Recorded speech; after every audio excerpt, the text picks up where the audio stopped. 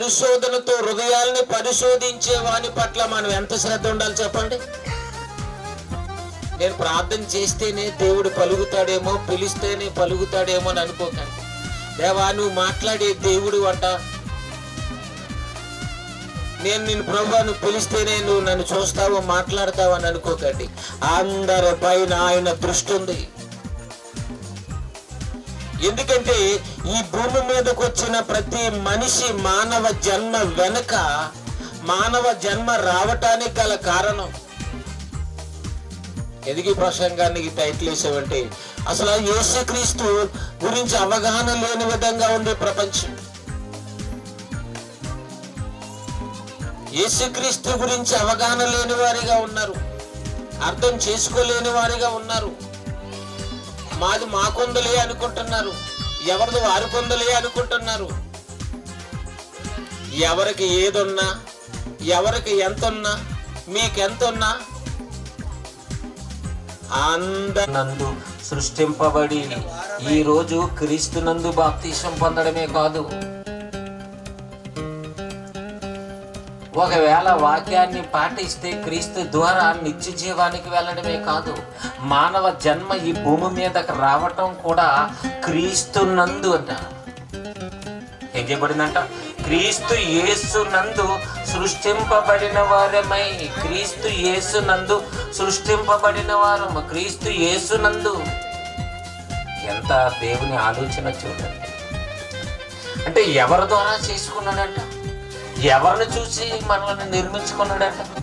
ఎవరిని చూసి మనల్ని కావాలనుకుంటున్నాడు ఆయన?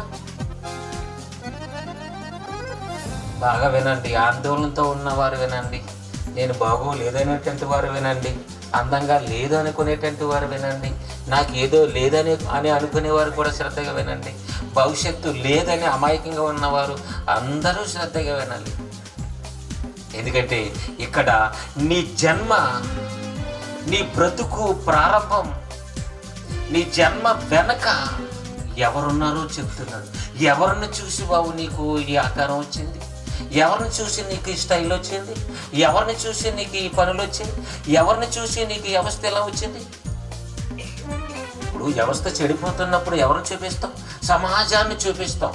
సమాజాన్ని బట్టి దెబ్బతింటున్నారని. వ్యవస్థ పాడైపోవటానికి వస్తున్న తరాలు తల్లిదండ్రులు, వారి స్వార్థపూరితమైన బ్రతుకులు. ఆ తర్వాత నా పిల్లలు బాగుండాలంటే బాగు రాదు. ఎంచదంటే నీకు బాగైన మనసు నీకు లేదు, నీకు తండ్రిగా తల్లిగా ఉందా అండి? మన కలిగిన తల్లిదండ్రుల మనసే ప్రశస్తంగా లేని లోకంలోనికి మనం వచ్చాం. అందుకే దేవుడు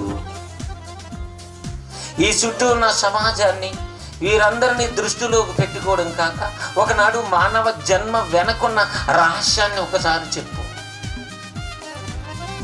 ఇక్కడ ఉన్నవారు అందరిని పెట్టి చెడిపోయామంటుంది కదా లోకం. అది నిజం కూడా. ఏమండి మీ అబ్బాయి ఎందుకంటే ఎలా తయారాడంటే, ఈ మధ్య కాలేజీకి వెళ్ళి, ఈ మధ్య చెడివారు మరి చెడి స్నేహాలు పెట్టి, అంటే ఎవరి ద్వారానో పాడైపోతున్నారు, ఎవరి ద్వారానో దెబ్బతింటున్నారు, ఎవరి ద్వారానో త్రాగుబోతులు అయిపోతున్నారు, ఎవరి ద్వారానో చెయ్యరాని కార్యక్రమాలు చేస్తారు. అందుకని ఇలా చెడిపోయేవారిని కాక దేవుడు తన కుమారుని చూపించాలనుకుంటున్నాడు. ఇదిగో మిమ్మల్ని అందరినీ, మీ జన్మకు కారణమైన వాడిని నేను చూపిస్తున్నాను. ఎప్పుడు చూపిస్తున్నాడు? 2000 సంవత్సరాల క్రితం ఒక పశువుల తట్టులో చూపించటమే కాదు, ఆ పశువుల శాలలో రాకముందు చూపిస్తున్నాడు. క్రీస్తు యేసునందు మీరు ఏం చేయబడ్డారంట? సృష్టింపబడిన వారు. మీ నిర్మాణము ఎవరిని చూసి జరిగిందో తెలుసా? ఎవరిని చూసి జరిగింది? యేసుని చూసి. అందుకని ఎవరిని చూసుకోవాలి? ఎవరిని చూసుకొని స్థిరపడాలి. ఎవరిని చూడకండి. మనకి ఎవరిని చూసుకున్నా సరే మనసు ఆగదు, మనసు నిందిస్తుంది, మనసు తిడుతుంది, తల్లిదండ్రులనే నిందిస్తుంది. అంటే అందరూ అర్థం కావాలి, నీ మనసు నిమ్మలంగా ఉండాలి. అంటే క్రీస్తులో ఎంత ప్రణాళిక, ఎన్ని ఏర్పాట్లు, ఎన్ని ఆలోచనలు ఉన్నావో అని ఆలోచిస్తే ఇదిగో మానవ జన్మ క్రీస్తు నుండే జరిగింది. క్రీస్తు నుండే జరిగింది. ఇప్పుడు క్రీస్తు నందే నిత్య జీవం అంటున్నాం కదా. ఈ క్రీస్తు నందు నిత్య జీవము, ఈ క్రీస్తు నందే తిరిగి జన్మించటం, ఈ క్రీస్తు నందే నూతన సృష్టి అయితే మొట్టమొదటి నీ నిర్మాణానికి గల కారణం ఎవరట? ఎవరు చూసి? క్రీస్తుని చూసి. ఆ క్రీస్తునేనా కాదంటుంది ఈ లోకం? ఆ క్రీస్తునేనా లేడంటుంది ఈ లోకం?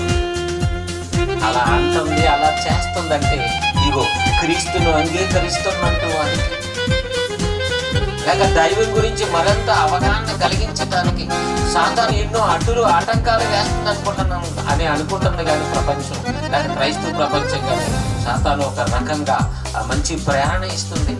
వాక్యము అవగాహన చేసుకునేటట్టు లేదు లేదు అన్నది అంటే ఉన్నదని అర్థం.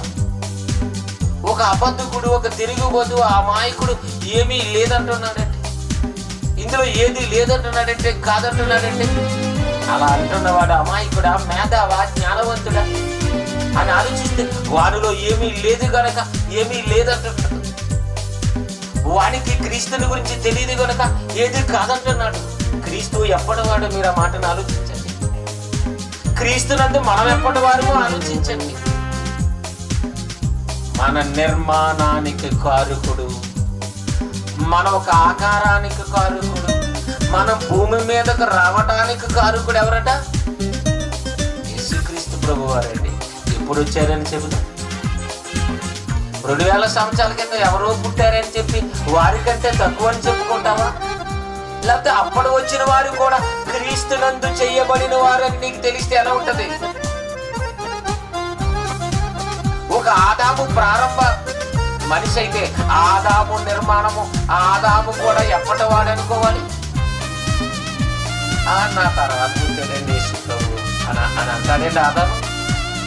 ఆదాము పరలోకంలో ఉన్న ఆదాము క్రీస్తు వచ్చిన తర్వాత కానీ, లేకపోతే మనం బోధిస్తున్నాడు నేను కాక మన వచ్చాడండి, నేను భూమికి ముందు పుట్టానండి అని అంటాడా? ఆదాము